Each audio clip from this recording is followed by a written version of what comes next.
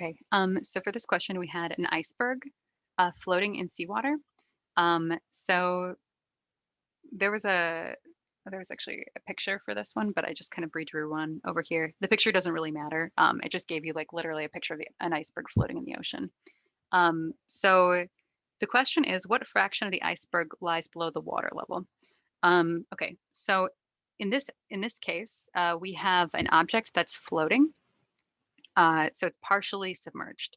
So from what we introduced before, this doesn't totally matter to your equation, but I think it's a conceptually good thing to kind of like understand. So this is a case A where uh, so well we know that if an object isn't totally submerged, then the density of the object is somewhat less than water. So that's just sort of a conceptual idea.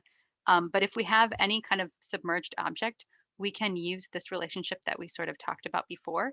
And I'm going to show you why we can do that. I'm going to go through and sort of set up the equations and look at why that's the case. Okay, so I took this example because I wanted to take just sort of a little free body diagram here. In this case, we wouldn't have any kind of acceleration because this is just a static object. So it's just sort of floating in the water.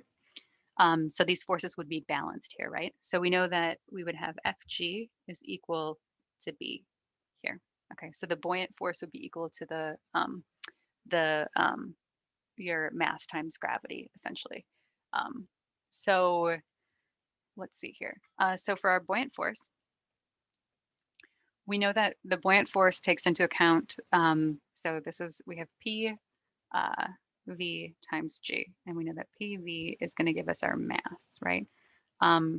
It's very important to note that this P is, for the buoyant force, is always going to be the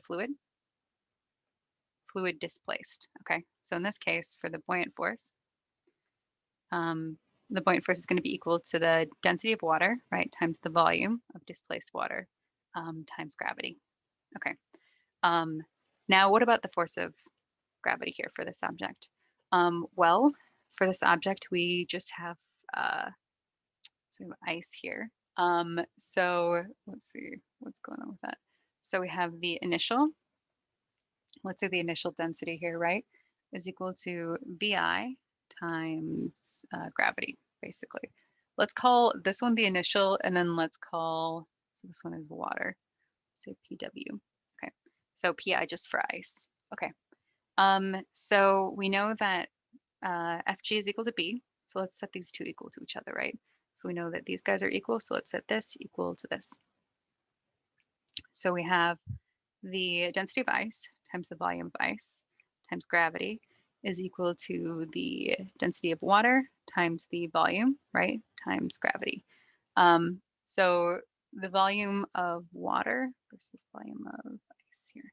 Okay, so let's go ahead and we can algebraically rearrange things here. Notice we can cancel out gravity because we have it on both sides of the equation.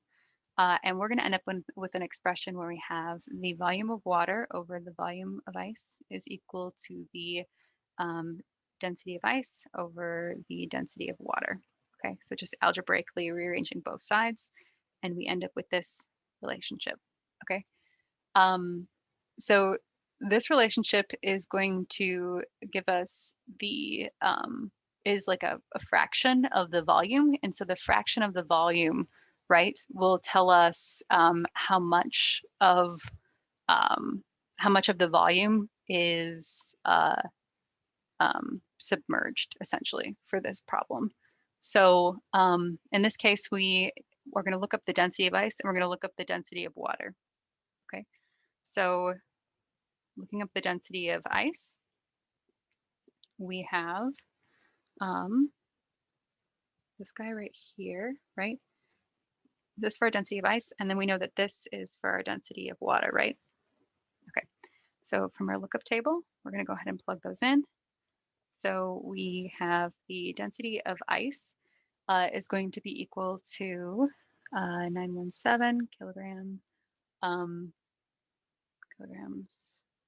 meters cubed divided by, oh, they just multiplied everything by, so this actually should be right point and then to the fourth, but because that's what it was on our table. It turns 10 to the, wait a minute, Was this multiplied by 1? Is this problem off? I just want to check here. 0.7 times 10 to the third.